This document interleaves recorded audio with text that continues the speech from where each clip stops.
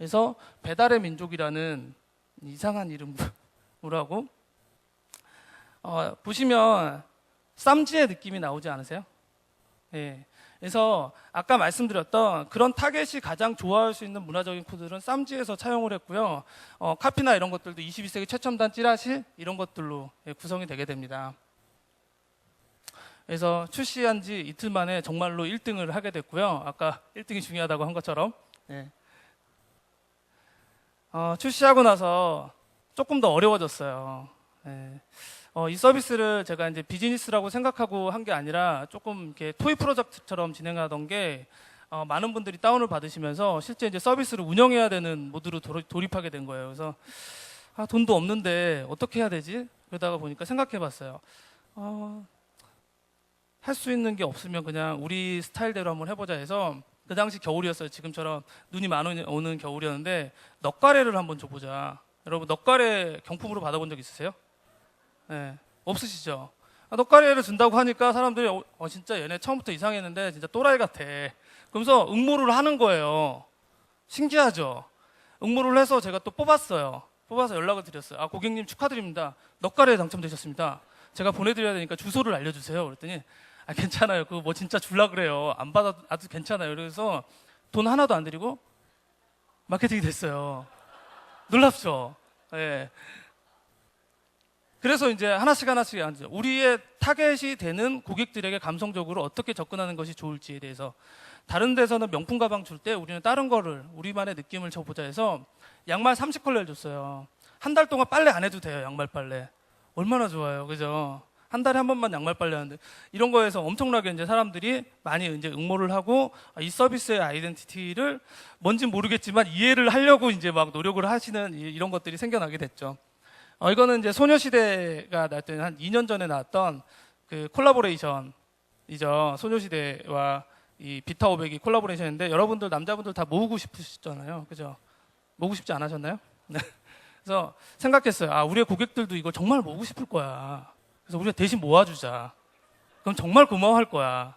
그래서 그걸 강남에서 막 열심히 모았었는데 여러분들도 이제 마케팅에 이제 천재시니까 생각해 보시면 한 지역에 이걸 다 뿌리지 않을 거잖아요.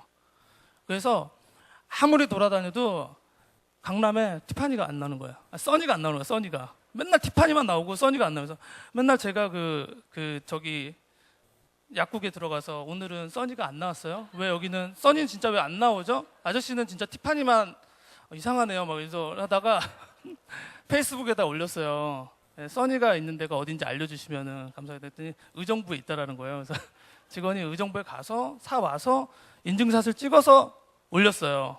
그랬더니 소녀시대 팬카페부터 정말 난리가 났죠. 정말 너무 좋다고. 그래서 이렇게 해서 이거 하는데 얼마 들었을까요? 뭐 몇만 원 안 들었어요. 그리고 뭐 꽝 되면 제가 다 마시면 되니까. 네. 그래서 아직까지도 이거 가지고 얘기를 하고 있어요.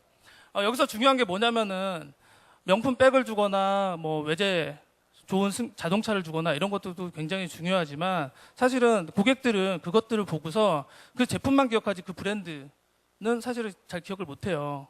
근데 이런 것들은 저희는 계속 하면서 우리 서비스에 대한 아이덴티티를 계속 녹여나가고 있죠. 왜냐하면 아까 말씀드렸잖아요. 우리의 타겟은 젊고 대학생이고 영게스트, 막내들, 그들의 문화에 직접적으로 들어가야 되니까. 그리고 나서 이제 좀 더 어려운 문제가 벌어졌어요. 서비스는 이제 만들다 보니까 고객들이 많이 생겼죠.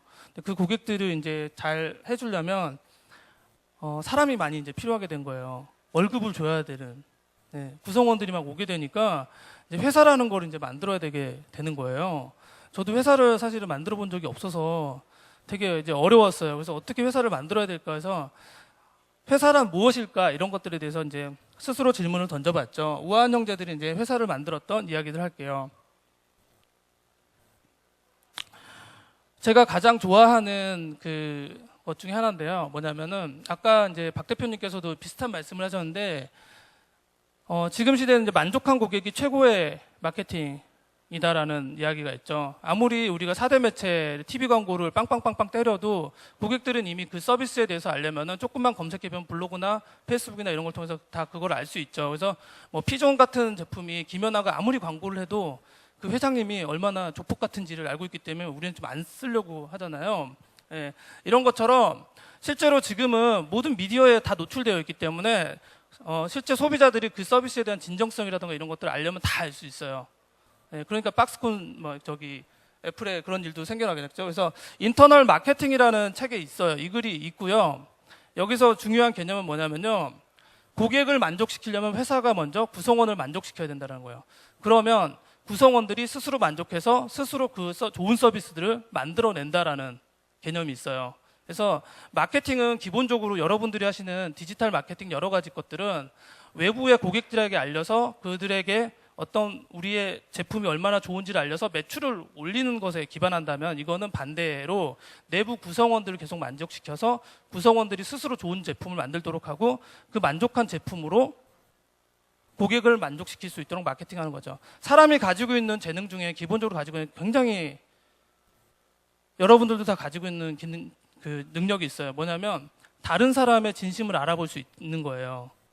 우리가 라면집에 가서도요, 라면을 한 젓가락을 먹어보면 그 집 아줌마가 제대로 끓였는지, 라면에 대한 진짜 진정성을 가지고 끓였는지 그냥 대충 끓였는지를 한 젓가락 먹어보면 알잖아요. 이거 배운 게 아니잖아요.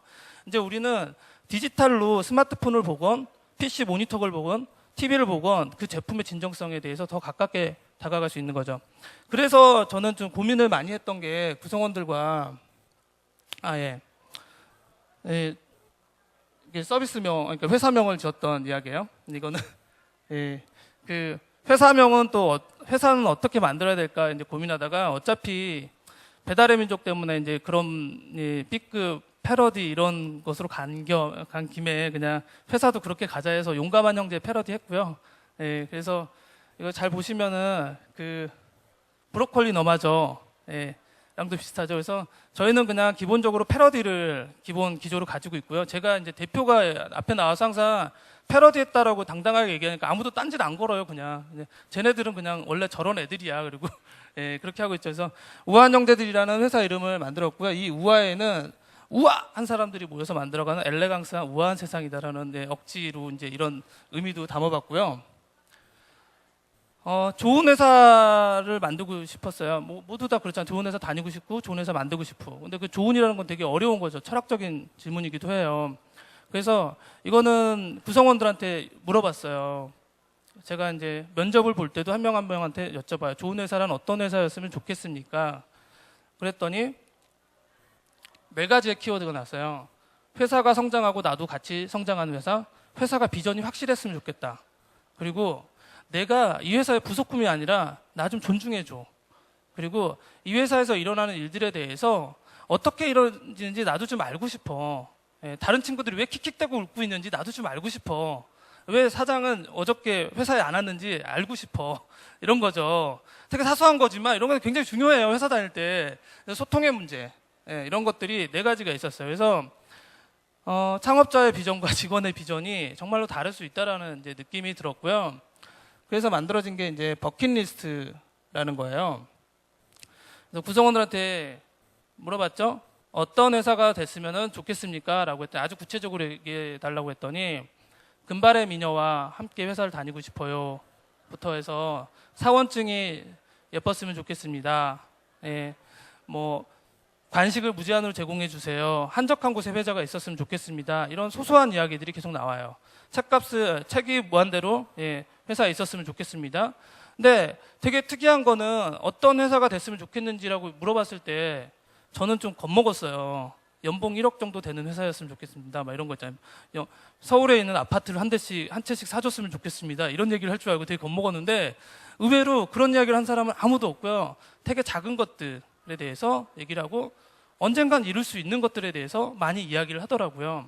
그래서 이제 그런 것들을 하나씩 만들어서 포스터로 만들었어요. 그래서 포스터에 체크를 하고 있고요. 2011년도에 만들어서 지금까지 하나씩 체크하고 있고, 여기에 이제 어떤 분이 이제 회사가 외부 드라마나 이런 데 PPL에 자주 나왔으면 좋겠습니다 해가지고 최근에 이제 감자별에도 저희가 PPL에 나오고 있어요. 그래서 한적한 곳에 회사가 위치했으면 좋겠습니다 이런 이야기들이 있어서 회사 이전할 때 한적한 곳으로 알아봤어요. 그래서 공원 옆으로만 아예 알아봤어요. 저희도 선능에 있었고요. 그래서 공원 옆으로만 알아봐서 지금 이 앞에 있는 롯데월드가 마주보고 있고요. 이 글은 제가 쓴 게 아니고요. 현대카드의 정 사장님이 말씀하신 거예요. 디자인 경에서 다른 글이 적혀 있네요. 직원들이 창밖에 무엇을 보고 일하는가도 아주 중요한 문제이다. 라는 거예요.